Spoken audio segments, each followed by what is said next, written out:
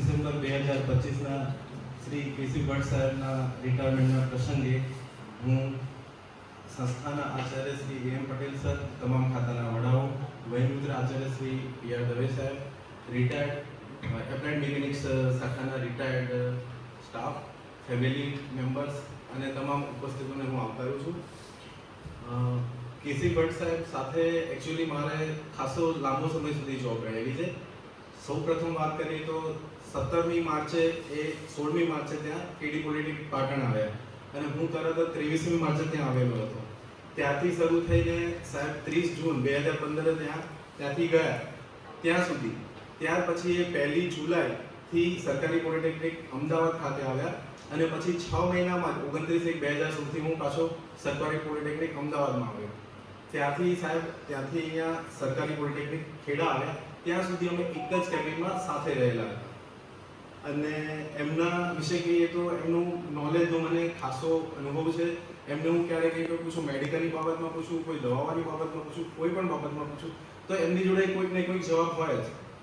અને અમુક પ્રસંગો પણ અમુક વસ્તુ મને યાદ છે. સરકારી પોલિટેકનિક અમદાવાદ ખાતે MBAનું જ્યારે આવવાનું હતું ત્યારે ફર્સ્ટ ટાઈમ એમાં એક ફાઇલ બનાવવાની આવતી હોય છે, સબ્જેક્ટની ફાઇલ.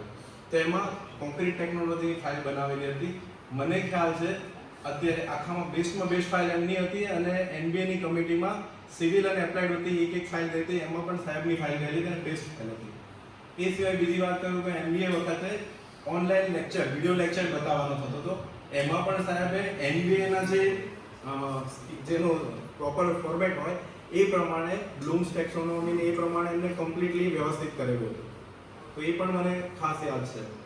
પછી વાત કરીએ તો મૂક્સમાં સાહેબ જ્યારે પણ કોઈ મૂક્સ એપ્લાય કરે, નોર્મલી અમે સેમ જ કેબિનમાં હોય, સાથે એપ્લાયમાં મૂક્સમાં કરેલું હોય તો મોટાભાગે અમારું ટેન્શન તો એમાં જ પતી જતું કે જે અસાઇનમેન્ટ હોય તો લગભગ એન્ડ ડેટે અમારે બધા અસાઇનમેન્ટોમાં 25માંથી 25 માર્ક એમની જોડે આવી જતા. એટલે ખાસો એમનો લાભ મળ્યો. બીજું મને એ પણ ખ્યાલ છે એમને અઘરા વિષયો એપ્લાઇડ મિકેનિક્સના હોય છોકરાઓને બહુ સરળતાથી સહેલાઈથી સમજાવેલા છે. અને ક્યારેક ગરીબ વિદ્યાર્થીઓ હોય તો એમની ફી પણ ભૂતકાળમાં ભરેલી છે, અમારે વાત થયેલી છે.